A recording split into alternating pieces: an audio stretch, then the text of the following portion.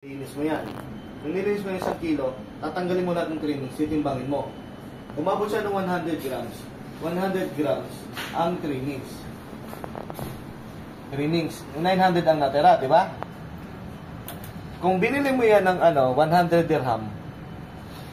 100 dirham. So magiging 100, binili mo yung 900 ng 100. Hindi yung 1 kilo.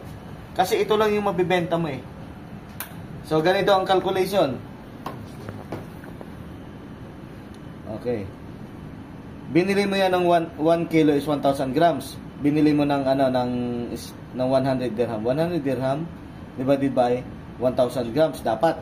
So, 0.1 ang per gram.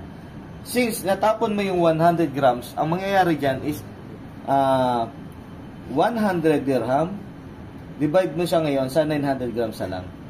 Ang tawag dyan is yield cost. Yield. Ano ba yung yield cost?